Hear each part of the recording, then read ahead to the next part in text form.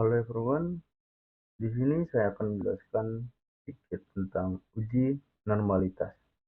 Perkenalkan, nama saya Muhammad Rafli Subadri dari kelas manajemen 22B dengan NPM 22411158. Yang pertama itu, uji normalitas merupakan sebuah uji yang dilakukan dengan tujuan untuk menilai seberapa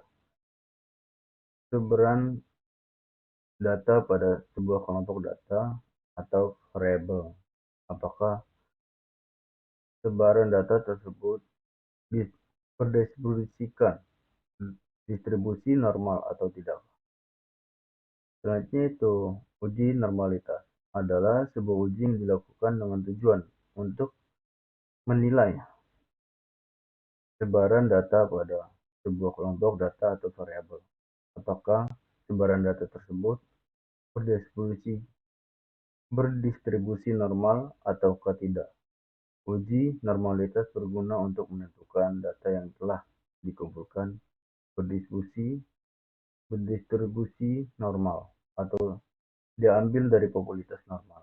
Metode klasik dalam menguji normalitas suatu data atau tidak begitu rumit, berdasarkan pengalaman empiris, berdasarkan pakar statistik, data yang banyaknya lebih dari 30 angka, yaitu N lebih 30. Maka sudah dapat diasumsikan berdistribusi normal.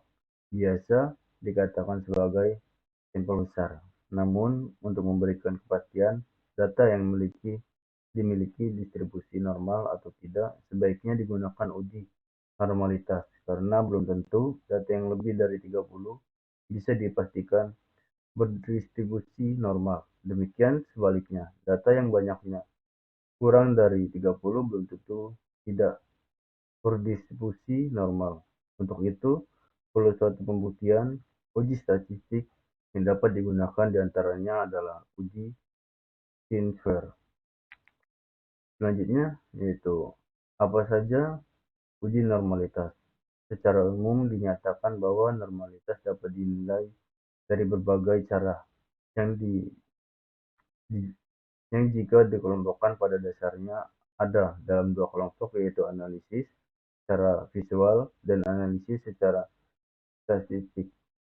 Analisis secara visual antara lain digunakan grafik normal, PP, normal QQ, dan histogram, time lapse, box plot, dan lain-lain. Sedangkan secara statistik dapat digunakan uji Kolmogorov, Smirnov, Koshiro Will, Koshiro Francis, Astrid Desling, Ryan Jones,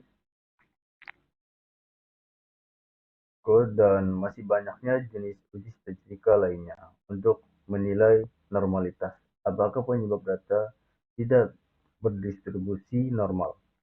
Penyebab data tidak berdistribusi normal adalah tentunya adanya data ekstrim atau data pencicilan yang biasa disebut dengan istilah cluster. Dengan adanya cluster tersebut, maka kebesaran data bisa menjadi condong ke kiri atau condong ke kanan. Jika di mana keseluruhan data kita nilai secara visual, misalnya menggunakan histogram, maka seharusnya data yang distribusi normal akan membentuk sebaran seperti lonceng menghadap ke atas.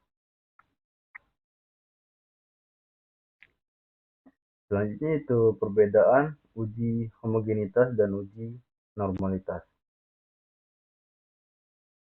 Yaitu uji homogenitas adalah uji dan uji normalitas adalah dua jenis tes yang umumnya untuk menguji asumsi data.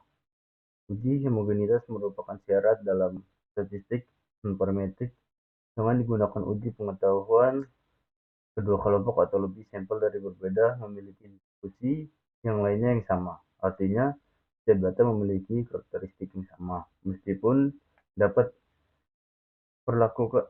perlakuan yang berbeda. Sedangkan uji normalitas merupakan syarat dalam statistik parametrik untuk mengetahui apakah data distribusi secara normal atau tidak. Apa yang dimaksud dengan uji normalitas? Yaitu sebuah uji yang menilai kesabaran data pada variabel atau kelompok data, apakah berdistribusi normal atau tidak. Jika data distribusi normal, dapat diasumsikan bahwa data diambil secara tidak acak dari populasi normal. Data dikatakan berdistribusi normal apabila tidak mempunyai perbedaan yang signifikan atau baku dibandingkan dengan normal baku. Jika menggunakan uji statistik, misalnya menggunakan uji volumetris dan variabel dinyatakan berdistribusi normal jika nilai signifikasinya lebih dari atau sama dengan 0,5%. Sebaliknya, jika signifikan kurang dari 0,05, maka variabel atau data dinyatakan tidak berdistribusi normal. Sekian penjelasan dari saya. Saya akhiri. Wassalamualaikum warahmatullahi wabarakatuh.